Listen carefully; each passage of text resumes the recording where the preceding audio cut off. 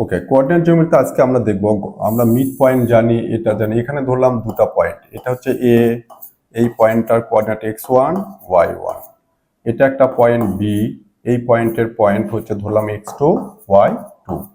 এখন এখানে একটা মিড পয়েন্ট না, এখানে একটা পয়েন্ট ইন্টারসেক্ট করলো সি পয়েন্টে, বলা হচ্ছে সি পয়েন্টে যখন এ বি কে ইন্টারসেক্ট করলো, এই দুটো এ পয়েন্ট আর বি পয়েন্টকে যখন ইন্টারসেক্ট করলো, তখন সেটা রেশিও 2:3 ধরলাম, 2:3 রেশিওতে সি পয়েন্টে ইন্টারসেক্ট করলো।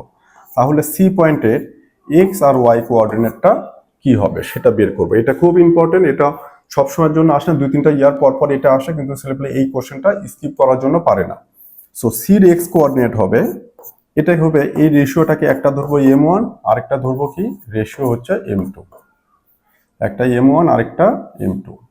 সো m1 m2 হচ্ছে 3 রেশিও। এখন এই পাশে m1 ধরলে আমার এটা x1 y1, এই পাশে m2টা ধরলে এটা x2 y2। X coordinate of C, সির এক্স কোঅর্ডিনেটের formula m1 x2 plus m2 x1 divided by m1 plus m2, এটা।